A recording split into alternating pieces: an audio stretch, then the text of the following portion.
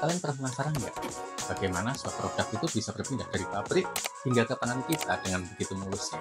Padahal ada banyak banget proses tahapan, mulai tahap pergudangan, pengiriman, hingga akhirnya kita itu bisa menikmati produk tersebut. Semua itu adalah hasil dari perencanaan yang matang dalam manajemen distribusi. Jadi dalam distribusi ada yang tepat waktu, ada pula yang terlambat. Jadi kuncinya adalah terletak pada bagaimana kita mengelola proses pengiriman ini. Dengan strategi-strategi distribusi yang tepat, produk kita akan sampai ke konsumen dengan tepat waktu dan secara efisien mungkin. Untuk tahu lebih lanjut, ayo kita pelajari di slide selanjutnya. Jadi dalam konsep manajemen distribusi itu dikelompokkan menjadi dua jenis, teman-teman.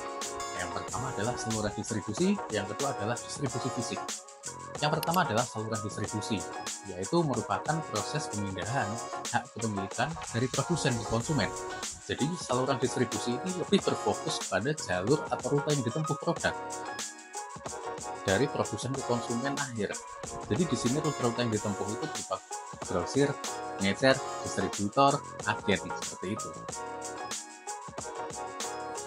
Yang kedua adalah distribusi fisik, yaitu berfokus pada pemindahan produk secara nyata, seperti pengangkutan dan penyimpanan. Jadi dalam distribusi fisik ini merupakan kelompok kegiatan yang terkait dengan penyediaan produk dari jalur produksi ke konsumen. Dalam distribusi fisik ini ada transportasi, penyimpanan, pergudangan, layanan pelanggan, inventaris, bahan pengemasan, pemrosesan, pesanan, dan logistik.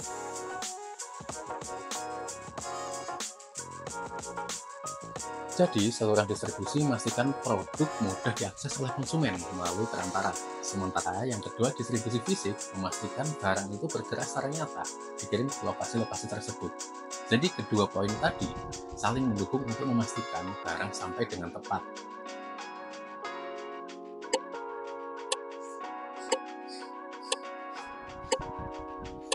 Jenis-jenis saluran distribusi barang konsumsi dapat 4 poin.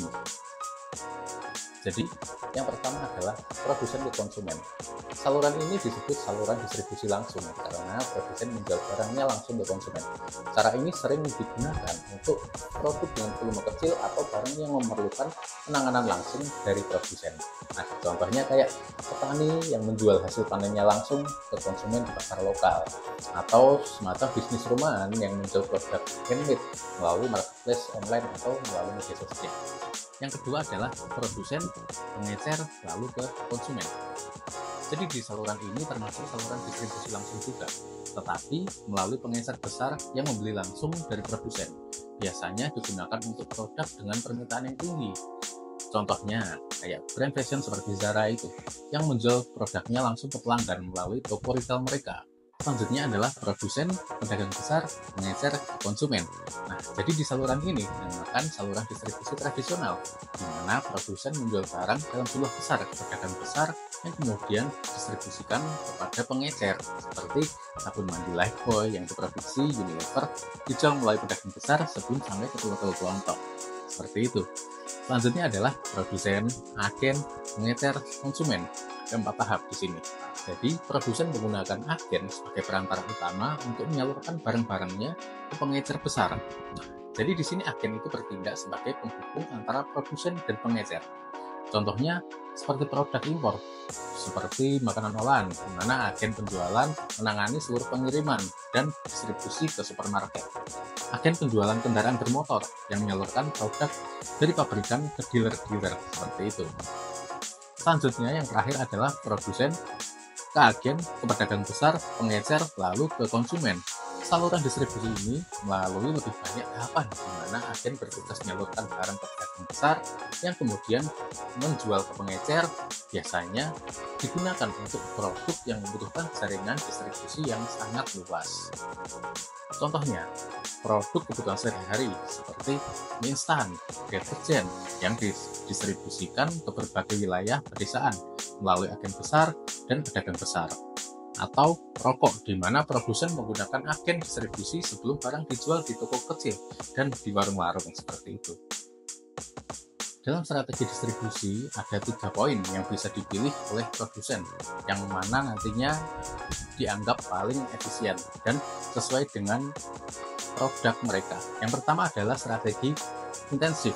Nah, jadi dalam strategi distribusi intensif ini adalah mereka menyebar sebanyak mungkin produk mereka ke pelosok-pelosok negeri.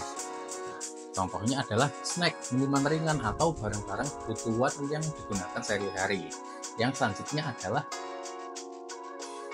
strategi distribusi selektif adalah kita itu memilih beberapa pengecer, misalnya seperti barang-barang elektronik atau barang-barang yang besar seperti TV, kulkas, dan lain-lain. Yang selanjutnya adalah distribusi eksklusif, yaitu ada satu atau beberapa pengecer seperti produk-produk mewah, barang-barang mewah seperti itu. Jadi strategi ini menyesuaikan karakteristik produk. Dalam manajemen distribusi, produsen itu harus menetapkan kebijakan harga, wilayah penjualan, hingga promosinya seperti apa. Distributor pun juga harus siap menangani barang, melayani konsumen, dan menjaga stok. Contohnya kalau kamu produsen kosmetik, pastikan distributor kamu tahu cara menyimpan produkmu biar nggak rusak. Selanjutnya kita membahas 3 strategi distribusi. Yang pertama adalah direct shipping, yaitu adalah barang langsung dari pabrik ke toko. Nah, jadi direct shipping ini adalah cepat tapi memerlukan biaya yang tinggi. Yang kedua adalah warehousing, yaitu barang disimpan di gudang lalu cocok untuk produk yang tahan lama. Selanjutnya yang ketiga adalah cross docking. Barang itu nggak disimpan atau barang itu langsung diteruskan ke tujuan.